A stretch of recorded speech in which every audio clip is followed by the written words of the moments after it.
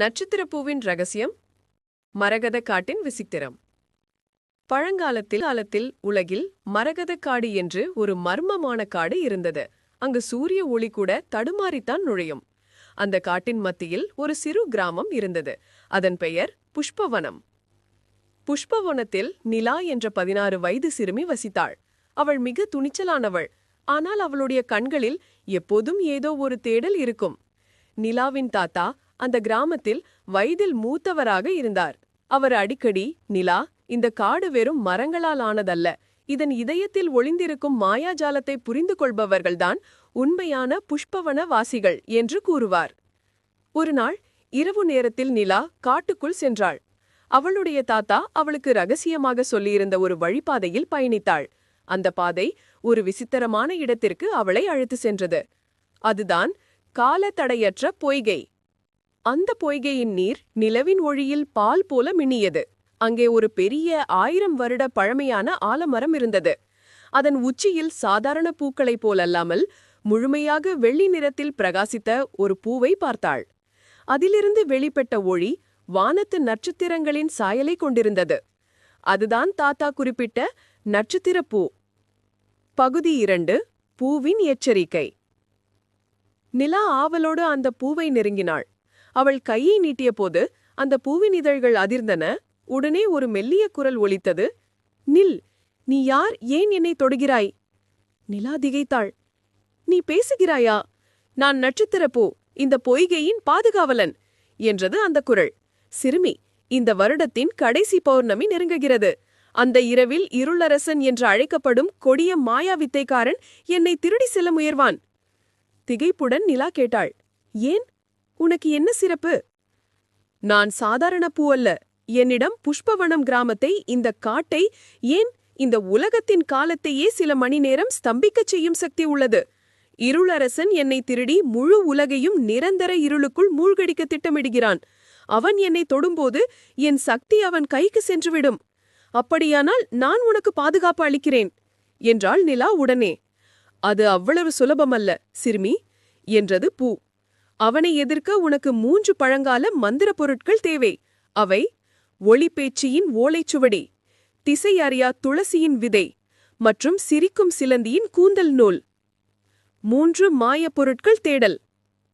நட்சத்திர பூவின் வழிகாட்டுதலின்படி நிலா அடுத்த 3 நாட்களுக்குள் அந்த பொருட்களை தேட புறப்பட்டாள். ஒளிப்பேச்சியின் ஓலைச்சுவடை.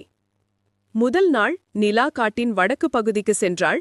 அங்கே ஒளிப்பேச்சி என்ற வயதான ஞானி வாழ்வதாக கூறப்பட்டது. நிலா அவளை கண்டபோது ஒளிப்பேச்சி ஒரு பாறை மீது அமர்ந்திருந்தாள். அவள் கண்களை மூடி மெல்லிய ஒளியை வெளியிட்டுக் கொண்டிருந்தாள். நிலா பணிவுடன், பாட்டி, இருள் அரசனை தடுக்க எனக்கு உங்கள் ஓலைச்சுவடி வேண்டும். அவள் கண்களை திறக்காமல், சுவடி வேண்டுமானால் முதலில் நீ இந்த காட்டின் மிக கடினமான புதிரை விடுவிக்க வேண்டும். சொல், தொடாத போது ஒளி எழுப்பும், தெரிந்த போது மௌனமாகும். என்ன அது? நிலா சிறிது யோசித்தாள். பிறகு சிரித்தபடியே, அது மர்மம். மர்மம் தீர்க்கப்படாத போது பேச்சுக்குள்ளாகும், தீர்ந்த பிறகு மௌனமாகும். ஒளி பேச்சு புன்னகையானது. சரியான விடை. உன் துணிச்சலுக்கும் அறிவிக்கும் இது உனக்கே உரித்தானது என்று கூறி ஓலையை கொடுத்தார். அது அவளுக்கு இருள் அரசனை எதிர்கொள்ள தேவையான முதல் மந்திரத்தை கற்றுத்தந்தது. திசையறியா துளசியின் விதை. 2ஆம் நாள் நிலா தென்பகுதிக்கு சென்றாள். அந்த பகுதியில் மயக்கும் சதுப்பு நிலம் என்றிருந்தது. அங்கிருந்த ஒரே ஒரு ஒளிரும் செடியில் திசையறியா துளசியின் விதை இருந்தது. அந்த சதுப்பு நிலம் உள்ளே வருபவர்களுக்கு சரியான திசையை காட்டாது, அவர்களை சுற்றி சுற்றி வர வைக்கும். நிலா சுவடியில் இருந்த மந்திரத்தில் ஒரு பகுதியை மனதிற்குள் உச்சரித்தாள். அது அவளுடைய பயத்தை நீக்கியது, மேலும் அவளுடைய உள் மனதின் குரலை தெளிவாக்கியது. அவள் தன் கண்களை மூடி தன் இதய துடிப்பின் திசையை பின்தொடர்ந்து நடந்தாள். 2 மணி நேரம் கழித்து சரியான திசையில் நடந்து துளசி செடியின் விதையை சேகரித்தாள். அந்த விதை அவளுக்கு தேவையான துணிச்சலை கொடுத்தது. சிரிக்கும் சிலந்தியின் கூந்தல் நூல். 3ஆம் நாள் நிலா உயரமான மலையடைந்தாள். அங்கு குகை ஒன்றில் சிரிக்கும் சிலந்தி என்ற மாயாஜால சிலந்தி வசித்து வந்தது. அந்த கூந்தல் நூல் எந்த ஒரு மாய தாக்குதலிலிருந்தும் பாதுகாப்பு அளிக்கும் சக்தி வாய்ந்தது. நிலா குகைக்குள் நிலைந்தாள். சிலந்தி நிலாவை பார்த்து ஒரு விசித்திரமான சத்தத்துடன் சிரித்தது. உன்னை தாக்க நான் தயாராக இல்லை. நான் என் நூலை கொடுக்க ஒரே ஒரு நிபந்தனை. நீ உன் வாழ்வில் மிகவும் அன்பு செலுத்தும் ஒருவரின் ரகசியத்தை என்னிடம் சொல்ல வேண்டும். நிலா தயங்கவில்லை. அவள் தன் தாத்தா சொன்ன ரகசியத்தை கூறினாள். எல்லா மனிதனுக்குள்ளும் ஒரு நட்சத்திர பூவின் ஒளி உள்ளது. அது அன்பு மற்றும் நம்பிக்கையால் மட்டுமே வெளிப்படும். சிலந்தி மகிழ்ச்சியுடன் சிரித்தது. இது ரகசியமல்ல, நிஜம். உண்மையான அன்பின் பலத்தால் வந்தாய். இந்த நூலை எடுத்துக்கொள் என்று கூறி ஒரு மெல்லிய மற்றும் வலிமையான வெள்ளிக்கூந்தல் நூலை கொடுத்தது. இருளரசனுடன் மோதல். 4ஆம் நாள் பௌர்ணமி இரவு வந்தது. நிலா 3 மந்திர பொருட்களுடன் காலத்தடையற்ற பொய்கையை அடைந்தாள். அவள் பொய்கைக்கு சென்ற சில நிமிடங்களில் இருளரசன் தனது கருப்பு போர்வைகள் தீய ஒலிகளுடன் அங்கு வந்தான். ஆஹா, நட்சத்திரப் பூவே, இன்று நீ என் கைக்கு சொந்தம் என்று கர்ஜித்தான்.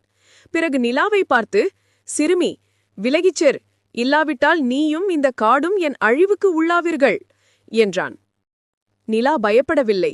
அவள் தன் கையில் இருந்த 3 பொருட்களையும் எடுத்தாள். ஒளிபேச்சியின் சுவடி.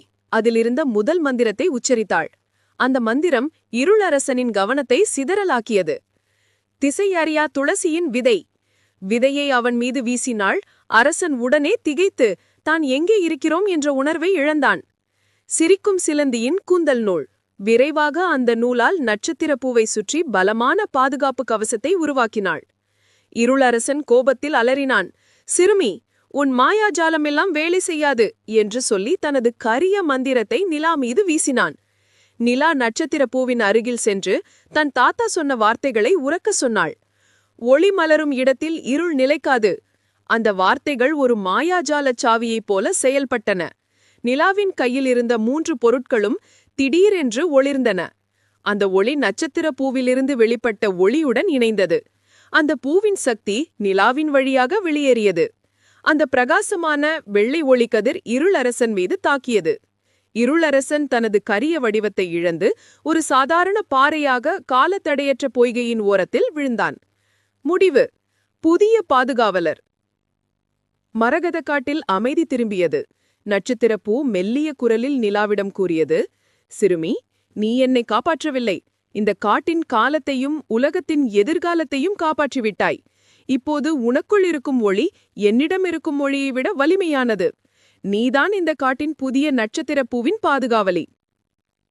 நிலா புஷ்பவனம் கிராமத்திற்கு திரும்பினாள். அவள் கிராம மக்களிடம் தன் சாகசத்தை சொல்லவில்லை. ஆனால் அன்று முதல் மரகத காட்டின் இதயத்தில் உள்ள நட்சத்திரப் பூவின் ஒளி நிலாவின் கண்களிலும் அவர் செய்யும் ஒவ்வொரு செயலிலும் நிரந்தரமாக பிரகாசித்தது. அவள் தன் தாத்தாவை பார்த்து புன்னகைத்த போது, தாத்தா கண்ணிட்டு, இப்போது புரிந்ததா இந்த காடு வெறும் மரங்களால் ஆனது என்று கேட்டார். நம்பிக்கை, துணிச்சல் மற்றும் அன்பால் மட்டுமே இருளை வெல்ல முடியும். இந்த கதை உங்களுக்கு பிடித்திருக்கும் என்று நம்புகிறேன். பிடிச்சிருந்தால் லைக் பண்ணுங்க, கமெண்ட் பண்ணுங்க அண்ட் சப்ஸ்கிரைப் பண்ணுங்க. தேங்க்யூ ஃபார் வாட்சிங். பை.